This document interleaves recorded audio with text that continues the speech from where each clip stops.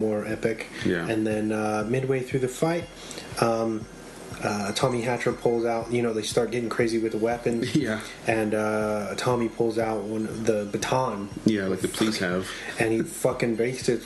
Basically, I think he breaks. He breaks Pete's arm and his leg. And his other arm. I don't think he could use either arm. Oh yeah. Really, he was just fucked up, like sore, on the ground. And then the sister goes to find Matt. Yeah. And she ends up at the fight, and Tommy and the crew see that, and they start to go after. They see this as an opportunity to get back at to even the odds.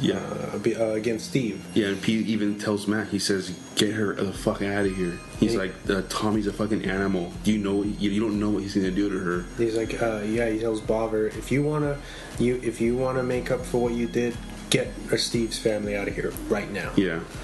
And that's what he does. But so in doing that, he leaves Pete behind, vulnerable by himself with no type of backup. Basically, Pete's standing there, all basically broken. Yeah. He can't fight, and he sees Tommy going towards the sister and the family, and he basically sacrifices himself by egging on Tommy Hatcher. Yeah, which was smart, but.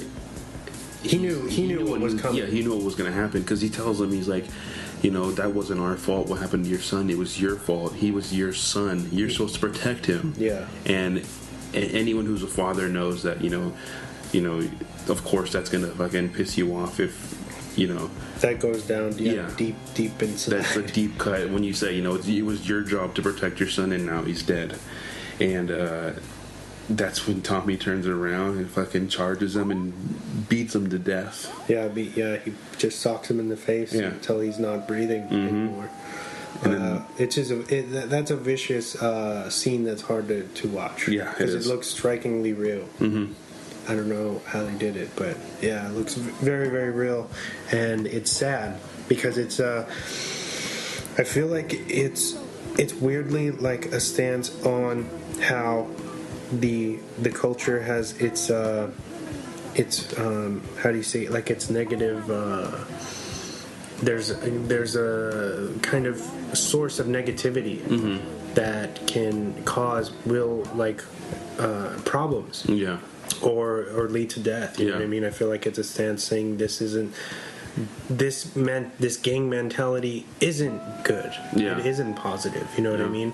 Because midway, like through the first half of the film, it's almost like they're glamorizing hooliganism. Yeah.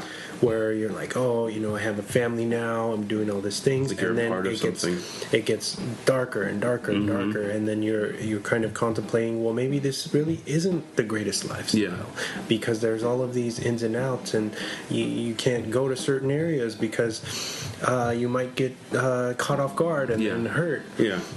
It shows you almost the plot holes within the subculture. Yeah, exactly. Which is pretty fucking ingenious, if you ask me.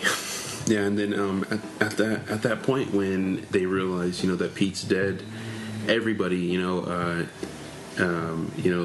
GSE and the other firm Millwall, they're all just around realizing that he's dead and what Tommy's done, and then they're all kind of just in shock, basically.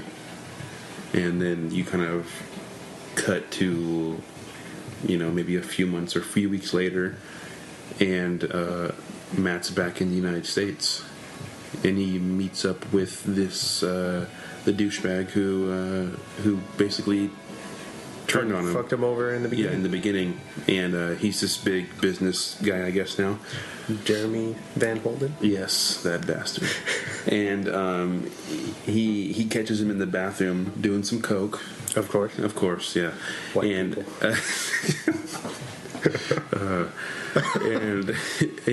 he basically he gets him to admit that it was his drugs, and he paid him off basically to take the fall. Yeah. To take the fall, and he says, "Yeah, those are my drugs.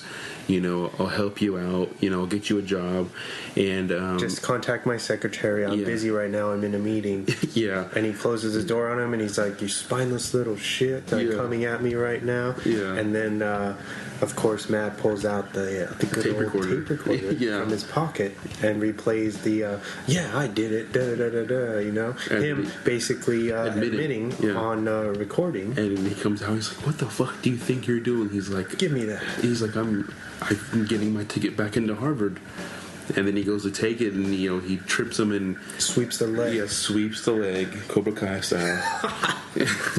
And he basically, is about to, knock him out, and he just holds him there. And then, he just lets him go and then walks away. And then as he's leaving the restaurant or wherever they're at, he starts chanting the GFC, basically their chant that they say. United. Yeah.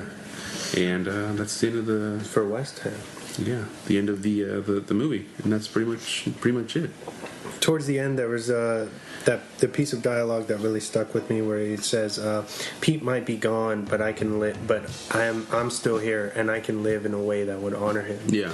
And so he may not be a part of the GSE anymore, but he's learned this kind of self-reliance. Yeah. And he's more confident, and I feel like he's not really letting people push him around anymore. Yeah, he took like the important fundamentals from what he learned in that subculture and uses them in his everyday life, which is, I thought, a really cool thing for his character, and a super high note to end the movie on. Yeah.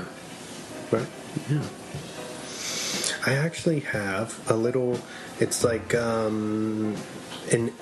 few different interviews with the director, and then Charlie and Elijah. Okay. If you want to check it out, it's only about 2 minutes or so. But let's check it out. Let's do it. Festival Pass is featuring the 12th annual South by Southwest Film Festival in Austin, Texas. This year, filmmaker Lexi Alexander brings an extremely volatile reality to the screen with Hooligans, a film based on the extremes of football fanaticism. This is a world I grew up in, and it's always been haunting me to tell the story. I started going to football because my older brother had to babysit me, but somehow I just got caught up into it. Elijah Wood plays a misplaced American who quickly becomes obsessed with the GSE football firm, better known as the Green Street Elite Gang. I'd never lived closer to danger, but I'd never felt safer. And as for this, the violence, I gotta be honest, it grew on me. Charlie Hunnam is an unlikely but ultimately successful tough guy. He's walking home, he gets jumped. But he's lucky we was there. Tell you what, bruv, you concentrate on your family and leave my business to me, alright? With this, I got the jobs 3.5 months, I think, before I went back to England and started hanging out with the actual West Ham firm. We had real football hooligans kind of consulting and helping us out. When I first saw it, I actually panicked because I thought, wow, we could get about to glamorize hooliganism. But as the story unfolds, and by the time you get to the end, your heart breaks. I'm so sorry. There's a line actually that the character P.D. Dunham says to Elijah Wood's character Matt Buckner, says, "Oh, I forgot you Yanks, all you know is the riots on TV." But it's exactly like that. I don't think anybody was aware that this goes on in the streets. It goes on pretty much all over the world, where football is a really professional sport that people go nuts over. And that's pretty much everywhere but the U.S. With a film this outstanding, writer-director Lexi Alexander, together with her cast and crew, deserve top honors as winners of the Best Narrative Feature at the 12th Annual South by Southwest Film Festival. There we go. Nice. That was cool. They give you a lot of info in that. It was pretty quick. 2 minutes. Yeah, it was fast. Yeah. One of the lines I really liked from this movie was from Elijah Wood when he says, after you get hit 3 or 4 times, you realize that you're not made of glass, and you kind of enjoy, you understand that you're not going to get hurt really that bad. it kind of goes back to like Fight Club. It's like, I don't want to die without any scars. Yeah. How much can you really know about yourself if you've never been in a fight? Yeah.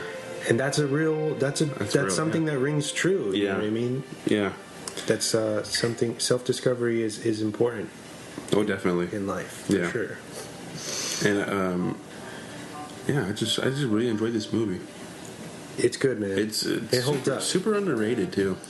Yeah, I don't know why. I don't know if it's because it's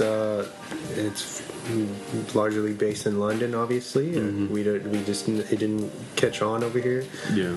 But man, it's a landmark film, man. Yeah. For me, for sure. Definitely. You want to do some swan facts? Oh, hell yeah.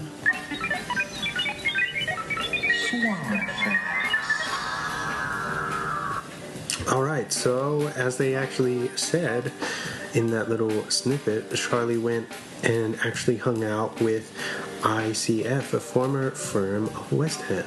That's cool. To kind of really do research yeah. and kind of, you know, when you hang out with a group of people and you pick up on their mannerisms or even ask for them, you know, for advice. Yeah. Or be like, you know, like, what would you do in this situation if this happened? I'm sure a lot of them were hanging out on the set and they'd be like, no, they would never say this. Yeah. Don't do this, you know, and it's that kind of fine tuning for a screenplay that really, really helps the final product. Yeah, exactly.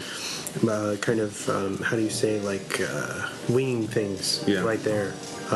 Largely, especially with with a different kind of culture film like this, where there's so much different mythology or like lingo and stuff that maybe we're not aware of. I think that this is so written so well, it doesn't bother me. I totally get it in my mind. I'm like, oh, this means this or whatever, and you're kind of doing this live in your brain. You're just catching on as it goes. Yeah, the way that Clockwork Orange, you kind of just adapt to the language, and it's such a layered kind of experience that's really fun.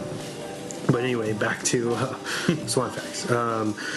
Kurt Sutter, the creator of Sons of Anarchy, cast Charlie as Jax because of this film alone. Oh, wow, okay. Yeah. Nice. West Ham agreed to let this film crew shoot at their Upton Park ground location, thinking it was glorifying the sport and its supporters. But after realizing the real tone, they distanced themselves very quickly. Yeah, I can see why. All the actors from the GSC firm worked out for 4 to 5 hours every day with an on-set trainer. Oh, nice. So even though they're chugging all that beer and everything, they're healthy. They're getting ripped. That beer diet. GSC firm diet. Lexi Alexander originally wanted Jake Gyllenhaal for Matt Bruckner, a.k.a. Elijah Wood's character, which I could have seen too. Yeah. He's got that, especially back then, he had that kind of boyish thing going on too. Boyish charm. Yeah. For all you guys that don't know Lexi Alexander, she actually directed the Punisher sequel, Punisher Warzone, from 2009. Which is fucking random. Yeah. Yeah, that is. I actually, although I wasn't a fan that they changed Thomas Jane, I thought that was actually a pretty authentic film. Yeah, like when you think about the grittiness of the Punisher's character and like the source material, the comics. Yeah. It perfectly adapts the comics. Yeah. It held true. The blood and the kills and the kind of mythos in that it was so good. Oh yeah. I just didn't like that they were just like, oh, never mind, it's this guy now, or whatever, and they don't really explain that anymore. Yeah. Moving on. The working title for this film was originally called The Yank. Nice. The British title for this film is just called Green Street. Okay. And then over here in the U.S., I've heard it be called just Hooligans. Yeah. So it's pretty weird. It's got a couple of names, I guess. Yeah. Yeah, that's cool. Pretty interesting. Yeah. And that's the end of my Spawn facts. Short and sweet for this one. Nice. That's weird. You mentioned this before we started recording, that there's not too much source material to look on this movie. To find really about this. If you want to research, it's probably like in the first 3, Google searches.